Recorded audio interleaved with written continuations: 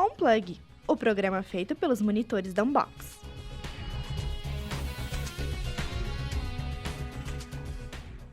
Olá pessoal, muito bom encontrar vocês mais uma vez aqui na Plug Rádio USCS. Sejam todos muito bem-vindos e bem-vindas. Esta é a edição do On-Plug dessa sexta-feira, 14 de junho de 2024. Eu sou a Monize Antunes. E eu sou o Rafael Dario. Fiquem ligados nas notícias da semana, esportes, giro USCS e muitas dicas culturais para que possam aproveitar o final de semana.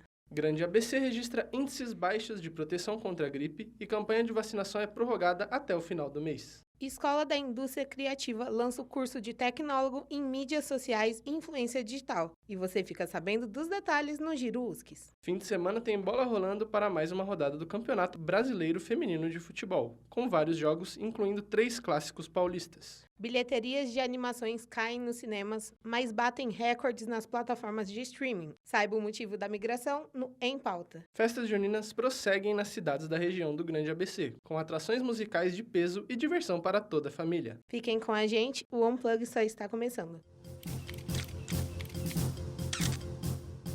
O jornaleiro não passou, mas viemos te salvar. Está no ar as notícias da semana.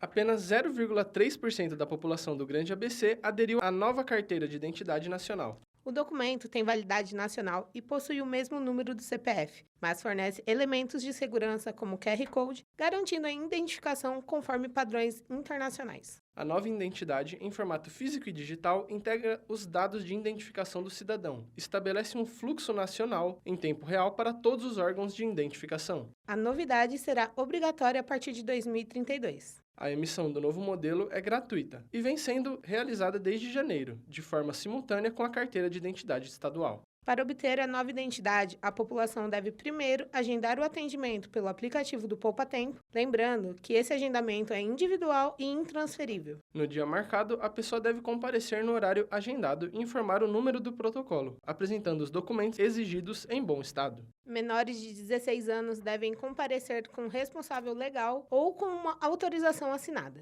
Após o pedido, há a possibilidade de acompanhar a emissão do documento por qualquer canal do Poupa Tempo. Assim será possível saber quando o documento estará pronto. Santo André disponibiliza 2 serviços à população: a Central de Imunização Municipal e a Assistência Farmacêutica Municipal. Além disso, o mesmo local abriga a Associação Viva Melhor e uma base de apoio do Núcleo de Inovação Social. A reforma completa do prédio custou cerca de R$ 1,5 milhão aos cofres municipais. O serviço gerencia todo o estoque de vacinas de Santo André e faz a distribuição para as unidades de saúde de acordo com a demanda. A assistência farmacêutica atende aos casos judicializados e também abriga a equipe responsável pelo cuidado farmacêutico, que responde pelas farmácias de todas as unidades de saúde municipais. Tanto a Central de Imunização Municipal quanto a Assistência Farmacêutica Municipal ficam em um mesmo edifício, na rua Ibirá, na Vila Scarpelli. O Grande ABC ainda apresenta índices baixos de proteção contra a gripe, menos de 40% do público-alvo está vacinado.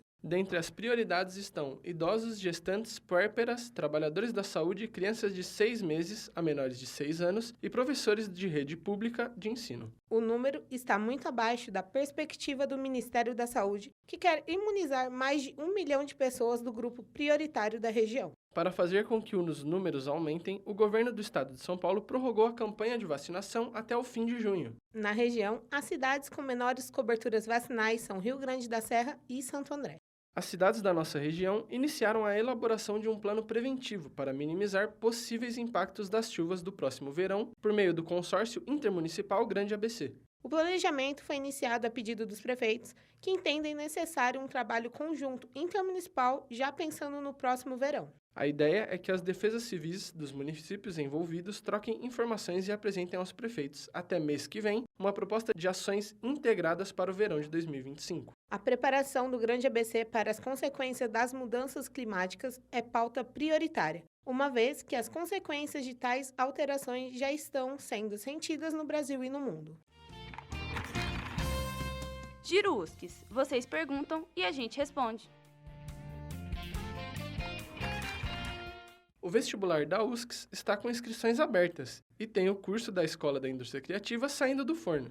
Saiba tudo sobre o tecnólogo em mídias sociais e influência digital com Victoria Vaz. Seja bem-vinda, Vic. Obrigada, Monize e Rafa. O Tecnólogo em Mídias Sociais e Influência Digital já começa com uma turma nova nesse próximo semestre. Para falar um pouco sobre ele, estou com a professora da ECRIA, Micila Cardoso. Seja bem-vinda, professora, e muito obrigada por aceitar o convite. Obrigada, eu que agradeço o convite. Pro, as novas tecnologias afetam todas as áreas da comunicação. O que o curso irá agregar ao futuro profissional em mídias sociais e influência digital?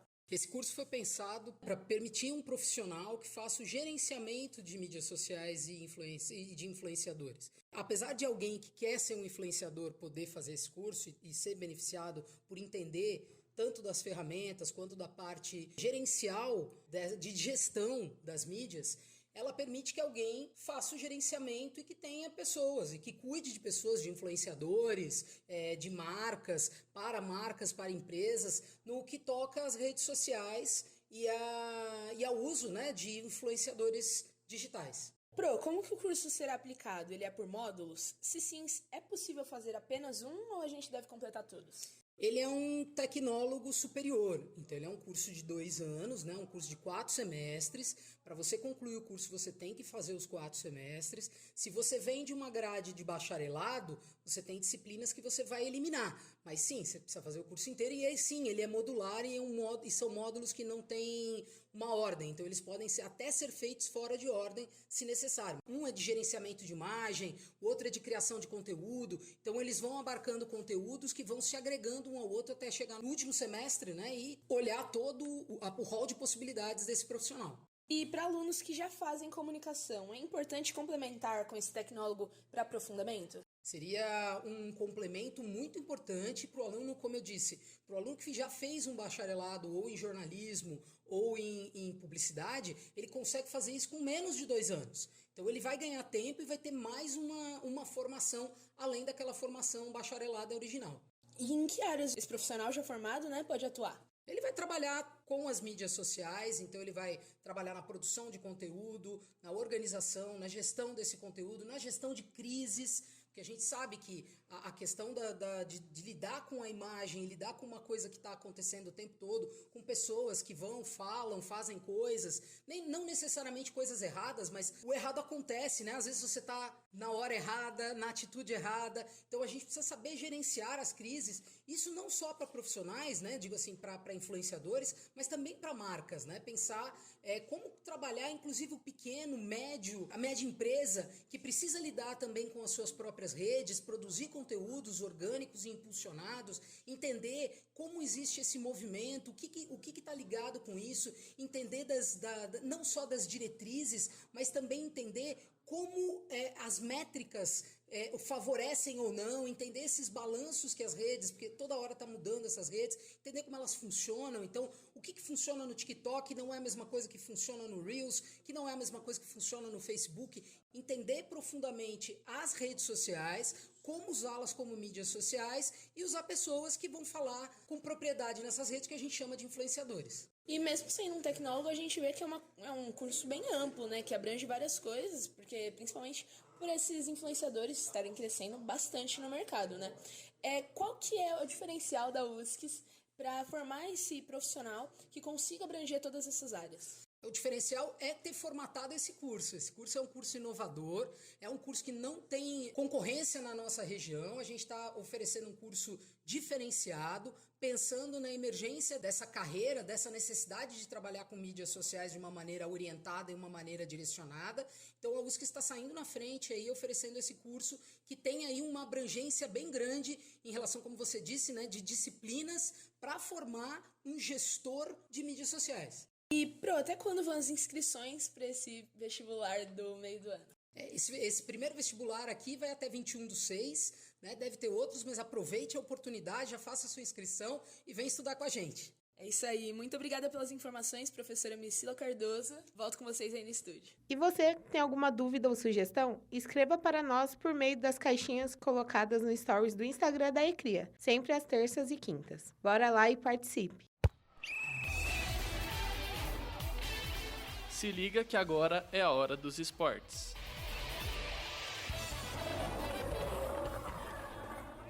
Neste fim de semana rola mais uma rodada do Campeonato Brasileiro Feminino de Futebol, com diversos jogos, incluindo 3 clássicos paulistas. Amanhã, às 5 horas da tarde, o Santos vai visitar a Ferroviária, precisando da vitória, já que ocupa a 13ª posição e tem que pontuar para fugir da briga contra o rebaixamento. Já a Ferroviária ocupa a 2ª posição e busca encostar no líder. Na segunda-feira, dia 17, o São Paulo receberá o Palmeiras em casa, jogo valendo a 3ª colocação do Campeonato Brasileiro Feminino, já que o tricolor está apenas 1 ponto à frente do rival. E no mesmo dia, às 7 da noite, o Corinthians, atual líder do campeonato, enfrentará a equipe do Bragantino fora de casa, buscando aumentar a distância na liderança da competição.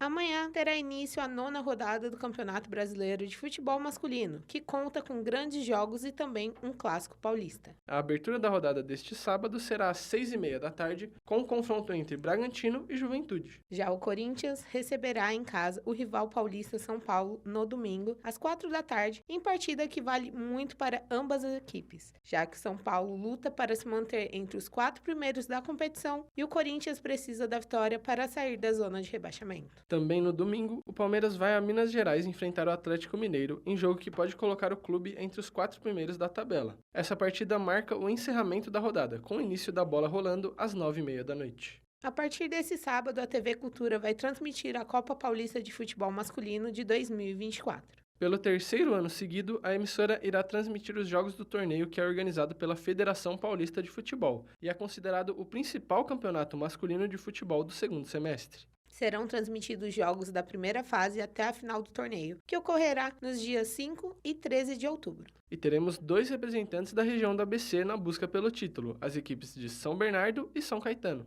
O Brasil pode ter até 7 tenistas representando o país nos Jogos Olímpicos de Paris, na França, neste ano. 5 atletas brasileiros já estão garantidos nos Jogos, tendo a possibilidade de mais 2 conseguirem a classificação, igualando o recorde da delegação que ocorreu nos Jogos Olímpicos de 2016. Os primeiros 56 atletas da lista masculina e feminina se classificam para a disputa, porém apenas 4 por país podem participar. Por conta disso, serão realizados cortes nas delegações que ultrapassam o número de atletas permitidos, podendo abrir vaga para mais 2 brasileiros participarem.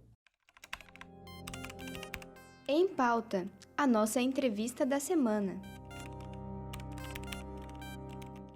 No Em Pauta de hoje, vamos falar sobre a evolução dos filmes de animação nas últimas décadas. De acordo com o GIS Brasil, as bilheterias de animações estão em declínio nos cinemas, porém, quando chegam nas plataformas de streaming, batem recordes de visualizações. A animação Elementos assustou a Pixar com a pior estreia do estúdio em 28 anos nos cinemas do estúdio. Porém, ao ser disponibilizada na Disney Plus, bateu o recorde de reproduções. Além da maneira de como assistimos filmes, as animações também mudaram bastante com o passar dos anos e com a facilidade de ver tudo no conforto do nosso delicioso sofá. Então, bora falar sobre isso? Aqui conosco está o professor da USCS, Paulo Trajano. Seja bem-vindo ao Em Pauta, professor. Muito obrigado, gente. Em relação às quedas de bilheteria nos últimos anos, as plataformas de streaming vêm colaborando com isso? Quais fatores o senhor atribui essa migração da telona para o streaming? Existe um quê de culpa aí do streaming em relação a esse declínio, mas eu não acho que seja todo o responsável. O streaming, quando ele chega nesse intuito de simplesmente disponibilizar conteúdo para o público, né? Eles veem que existe uma possibilidade ali de crescimento e começam a avançar, né, o seu território. E isso, com certeza, afeta as bilheterias. Mas, para além disso, para além dessa ascensão dos streamings, você tem vários fatores sociopolíticos aí, né? Então, você tem um aumento dos tickets, dos ingressos, né? Você tem um encarecimento das produções, você tem a facilidade do público de ou conseguir filme pirata ou conseguir assistir pelo streaming, você tem a evolução tecnológica dos equipamentos domésticos. E como essa mudança, né, no estilo que o consumidor assiste essas animações, trocando do cinema para os streamings, impacta a indústria cinematográfica e os estúdios de animação? E quais os desafios e oportunidades que surgem com essa nova realidade? Aqui a gente tem um grande desafio de demanda, né? Então, você sair do cinema para o streaming, na verdade, você atinge mais público, né? As chances de muitas pessoas ou mais pessoas assistirem a sua produção é maior. Isso traz uma pressão em cima dos produtores, né? Dos estúdios produtores. Por quê? Você precisa entregar mais conteúdo num menor espaço de tempo. Então, você tem uma grande pressão de produção em cima desses estúdios. Mas, ao mesmo tempo, você tem uma melhora da tecnologia, que isso faz com que você economize tempo e reduza os tempos de produção. E, ao mesmo tempo, você incita, né? Você estimula novas pesquisas, novas investigações em cima de estéticas, né? Você vai ter mais pessoas se perguntando, e se eu fizesse dessa forma? Novos gêneros e estilos de animação surgiram nos últimos anos. Quais as tendências que você observa nesse sentido? Eu acho interessantíssimo como o mercado de animação ele vem se desenvolvendo esteticamente. Se a gente pega, vamos pensar aí do nosso passado, na memória afetiva, da gente assistindo desenho em casa e não sei o quê, de uns 10 anos para cá, você tem uma mudança drástica nas linguagens e nas técnicas de animação. Isso faz com que a gente se engaje mais nessa arte. E essas tendências, né, falando de tendências, eu acho que o 3D está aí para ficar. A sua maioria, você tem ainda uma expressão do 2D. Obviamente, o 2D não é algo para ser descartado, né? Mas o 3D ele vem forte por várias questões de desenvolvimento mesmo, né? Ele é um pouco mais simples, entre grandes aspas. Então, eu acho que a gente vai ver muito mais 3D. E aí, curiosamente, a gente vai ver uma mistura dos dois estilos, né? Então, você vai ver um 3D que ele parece 2D. Você pensa que as plataformas que vieram de um tempo pra cá, de vídeos curtos, como TikTok, Quai, eles estão mudando esses filmes? Porque eu sinto que alguns filmes, eles meio que colocam cenas só pra viralizar nessas plataformas, e aí as pessoas terem a curiosidade de assistir eles completos. Com certeza, né? Assim, se a gente pensa, o seu público consumidor é um público que também interage no TikTok, no Quai, no Instagram, enfim, essas plataformas. Se você não dialoga com o seu público, você perde uma chance de engajamento. Com certeza, eles pensam nessas novas linguagens. E aí, se a gente pensar no começo, no fim aí dos anos 80, começo dos anos 90, você tem uma geração que é a geração do videoclipe. A galera que cresceu vendo videoclipe e começa a consumir cinema, ou começa a focar o seu olhar no cinema. Então, você tem, nessa época, digamos, um acelero, né? Uma aceleração aí da edição. Então, você tem cortes mais rápidos, você tem narrativas um pouco mais aceleradas. E isso a gente pode transpor para essa nova fase. Conforme novas formas de se contar uma história ou entregar uma mensagem surge, com certeza o cinema ele vai se apropriar disso para dialogar com o seu público. Quando na introdução a gente falou sobre os Elementos, né, o filme Elementos, que foi um fiasco de bilheteria, mas quando chegou na plataforma foi muito bem recebido, você acredita que a animação Divertidamente, que é um dos filmes mais falados deste ano e muito esperado, será destaque não só no cinema, mas no streaming também? Olha, eu acho que o Divertidamente, ele tem tudo para ser um sucesso, né? Venho acompanhando os lançamentos, né, os teasers e os trailers. E é um filme interessante, né? A narrativa dele é muito bacana, é muito envolvente. Só que a gente tem que lembrar que o pano de fundo, né? Então, o cenário do cinema atual, não só nacional, mas internacional, ele ainda está passando por uma crise. Ele ainda está tentando superar os efeitos da pandemia de Covid-19. É um mercado que, desde o começo da pandemia, ele vem se reerguendo, né? Se reestruturando. Porém, nesse ano de 2024, ele vem sentindo muito o impacto da queda das bilheterias. 2024 é um ano que, até agora, tem sido fraco dentro dessa questão das bilheterias. Então, acho que, por mais que o filme ele seja interessante, ele seja envolvente, né, e esperado, talvez ele seja como uma gota de água numa panela quente. Sabe, assim, no sentido de ele vai trazer bilheteria, ele vai trazer público, mas ele não vai fazer tanta diferença assim no cenário geral por conta desse declínio das bilheterias. A questão do interesse do público mais velho em relação às animações do que o público mais novo. Tem algo que diz o porquê, né? Por que o público mais velho adere mais às animações? A gente pode ficar falando bastante sobre esse assunto, né? É algo bem extenso. Eu acho que a gente tem 2 fatores principais aqui. A quebra de uma masculinidade padrão, né? E não estou falando que ela não existe mais, mas assim, simplesmente quebrar esse modelo de outros homens possíveis e com a ascensão de outras formas de consumo de conteúdo, né? Então, aqui eu estou falando a galera geek, por exemplo. Foi uma expressão cultural que estava ali no meio da cultura popular, mas agora ela ascende, né? Agora, há 10, 15 anos atrás, ela teve a sua ascensão. Então, acho que isso também colabora, não somente para o consumo, mas também para a produção. Dentro disso tudo, você tem pessoas como eu, né, da minha idade, que cresceram assistindo esses desenhos, né, então passam por essa leva de desenhos mais focados para criança, eles crescem gostando ainda disso, né, e começam a produzir esse tipo de conteúdo, só que agora de uma forma, com uma outra visão. Essa narrativa também é carregada com isso, né, então eles também, essas narrativas também amadurecem, também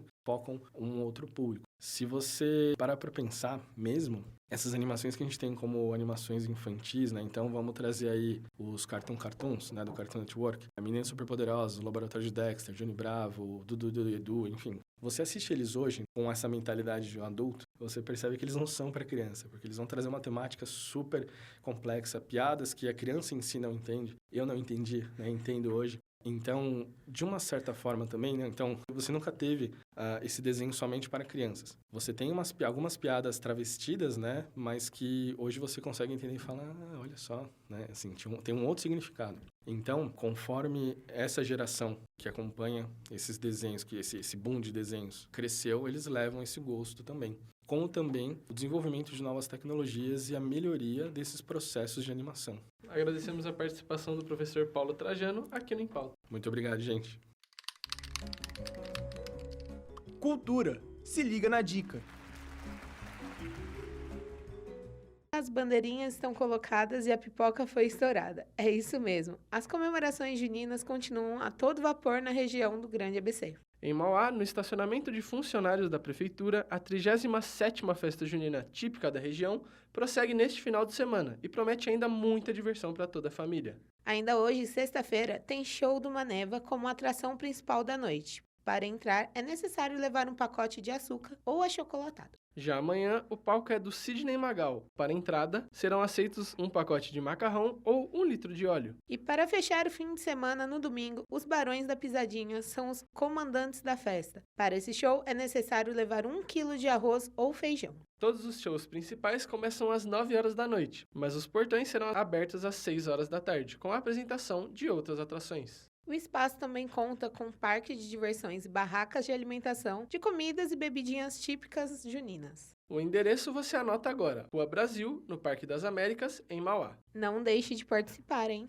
Os cidadãos de Santo André e região também já podem tirar as camisas xadrez do guarda-roupa, porque o Arraial Solidário de 2024 da cidade começa ainda hoje no Paço Municipal. Nessa noite, a banda de forró universitário Fala Mansa comanda a festa a partir das 9 horas. Amanhã, no sábado, a cantora Vanessa Camargo é a atração principal. Já no domingo, a dupla Marília Cecília e Rodolfo fecham o evento com muito sertanejo. Tanto no sábado como no domingo, as atrações principais estão programadas para as 8h30 da noite. As barracas, com os mais variados tipos de guloseimas e bebidas, ficarão sob a responsabilidade das entidades assistenciais. Serão 48 delas, com comidas típicas juninas, além de food e beer trucks. Além disso, vai rolar bingo solidário no final de semana, às 7h30 da noite. A renda da venda das cartelas é revertido ao Fundo Social de Solidariedade. Outras brincadeiras também aguardam os visitantes, como correio elegante, touro mecânico, pescaria, martelo de força, jogos das argolas, entre outras. Ah, e vai ter a barraca de vacinação para quem quiser aproveitar e se imunizar contra a poliomielite e influenza. O evento terá a tradicional entrada solidária, com a doação de 2 kg de alimentos não perecíveis. O Paço Municipal de Santo André está localizado na Praça Quarto Centenário, no bairro Centro.